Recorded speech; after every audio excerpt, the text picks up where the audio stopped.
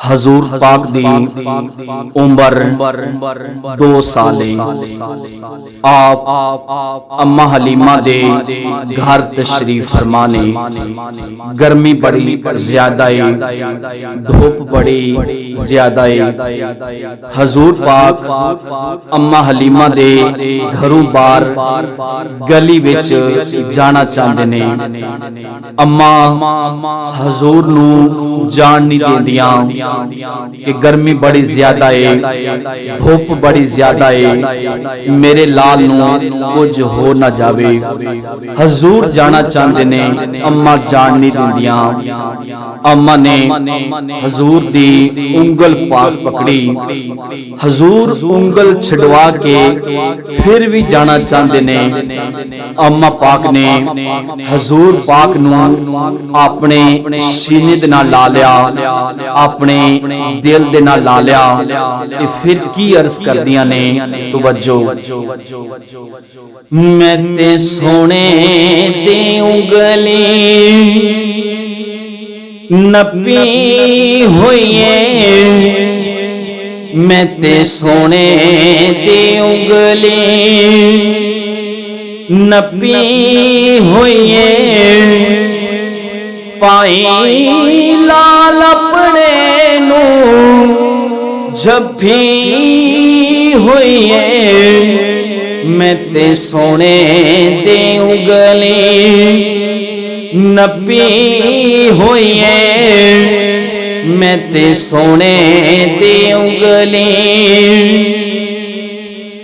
हुणे अखियां तू दूर ना जावी,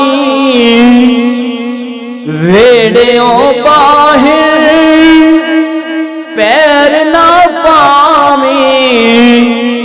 धुप्पां दे नाल जमीन भी तपी हुई है, धुप्पां दे नाल जमीन भी तपी हुई है।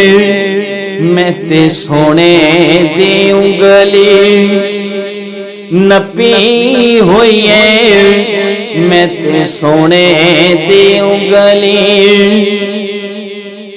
जदों तू तकिया सोनिया तैनू,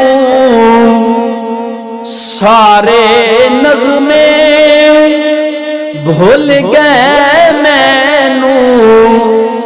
माला नाम तेरे दी जपी हुई है, माला नाम तेरे दी जपी हुई है।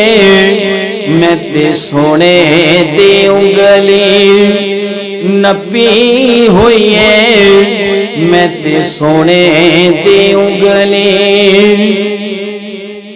जदों मुहम्मद होया सवारे, पहले जीना हुण रफ्तारे।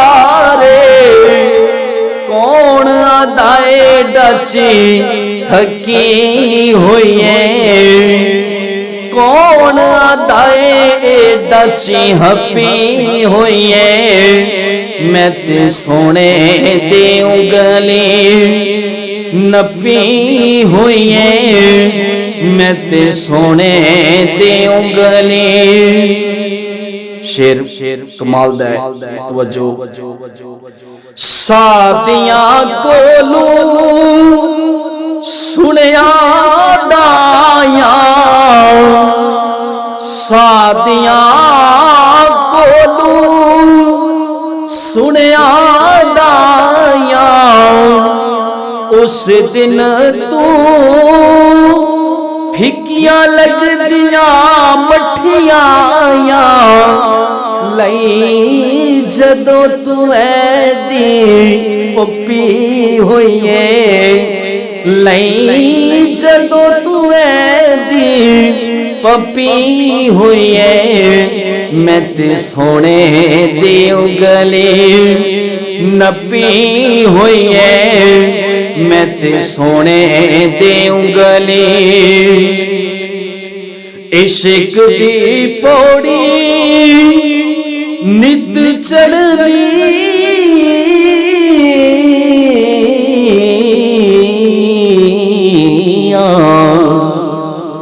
इश्क दी पौड़ी नित चढ़निया हाकम ऐदा मुख पढ़निया ओ पाकी कुल किताब में ठपी हुई है, बाकी कुल किताब में ठपी हुई है, मैं ते सोने दे उंगली नपी हुई है।